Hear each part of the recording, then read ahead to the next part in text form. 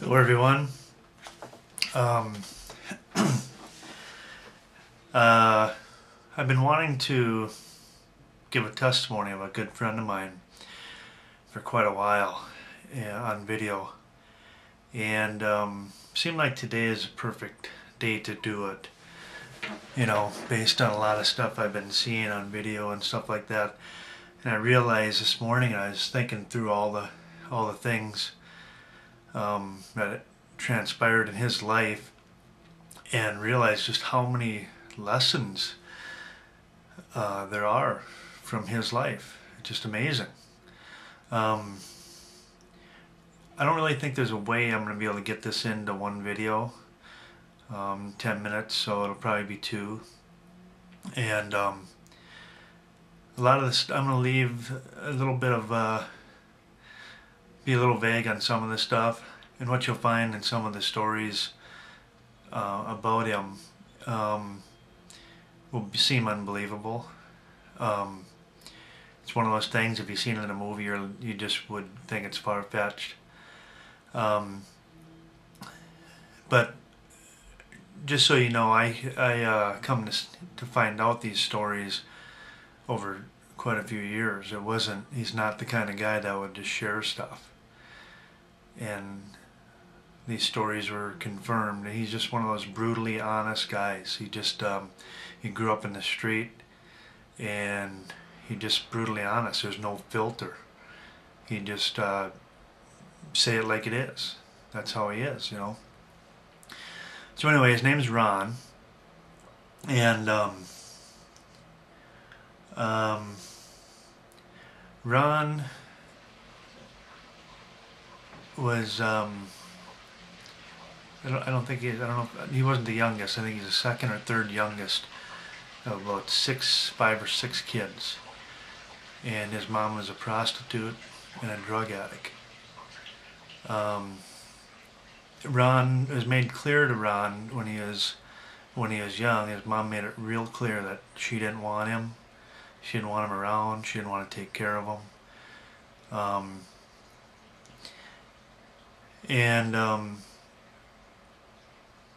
Ron told me at the time when he was real little, there was never really food in the cupboard at all, and there's one can of SpaghettiOs or something like that. I forget what it was, but he brought it to his mom, and he said, you know, can we make this? Can we make this, Mom? And she said, boy, that's my food. You want food? You go steal your own explicitive food. And that's how he grew up, you know. He was expected to provide for himself. And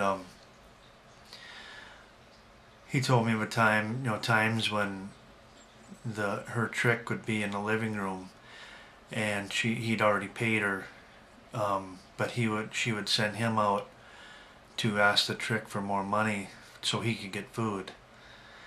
He told me of a time when he walked in, and I can't remember, it was one of his sister's boyfriend or his mom's boyfriend, or which one it was, raping one of his other sisters, and he was told to lie about it. Just amazingly, there's so many stories he would tell as we got closer and closer. You know, he wouldn't offer this stuff to everybody, you know. And he told of a time when he was 12, and this guy had gotten out of prison, and whatever he had against his mom, I don't know, but the guy made it clear to people in the neighborhood he was looking for her. And so Ron's mom got him amped up to go and kill this guy. She gave him a gun, and she was basically cheerleading him on and saying, okay, Ron, when you go in there, because this guy was in this bar every day. Every day since he got out of prison, he was in this bar, in the same spot, every day. And so she said, you just walk right in there, Ron, and you don't look at anybody, you don't let anybody distract you, you just walk right up to him, and you put the gun to his head and pull the trigger. At 12 years old, and he's, okay, you know. And this particular day, the guy wasn't there. But she told him, don't worry about it, you're only 12, they'll only hold you till you're 18. I mean, she was more than willing to let her son go to, juvenile prison for the next 6 years. He went in from orphanages back home to foster care back home. And I can't remember what age it was, but when he was younger, he was playing between two cars and he got hit, and there was a court settlement, and money was held into a trust until he was 18. But all the way up through that time, he just was shuffled here to there, and if it wasn't for the, an aunt reaching out to him, he wouldn't have any stability at all.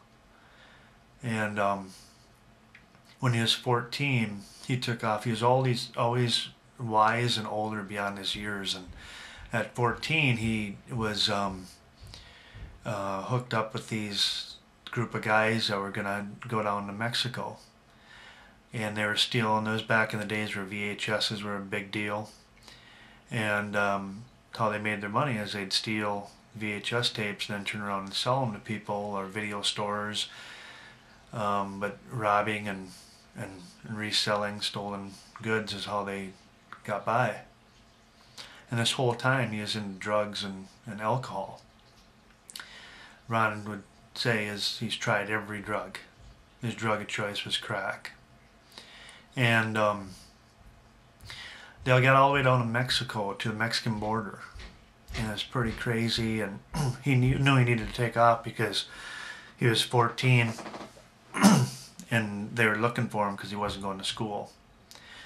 And up in Minnesota, the rule is when I don't know if it's national, but at 15 you can make your own decision. So he knew he had to get out of there because otherwise they would make him go to school or go whatever they would do. But so he was with these guys, but they got to the Mexican border, and even at 14 he was smart enough to know that he didn't want to go into Mexico and do what they're doing. He didn't want to end up in a Mexican jail. So he didn't go, and somehow he ended up back to Minnesota. And by this time he was 15, and he started painting. And that's what he's done. That's what ever since then. But when he was 18 years old, he never really believed he was going to get this money. $20,000 or $25,000 or something like that. But at 18, right when he was 18, there was his mom and a couple of his sisters ready to buddy up, because Ron's getting this money. And he went to the bank and he still really didn't believe it. And sure enough, they showed him the ID, he's 18, and here's your money. And his mom and his sister got him to rent a motel room, and they literally drugged almost all the money away. And Ron was smart enough to give some of the money to his aunt, who was the voice of reason in his life. He said, don't let me get this, don't let me take this money, I want to hold on to this much. Well, the money that he did keep ran out after however long it took him to drug it up.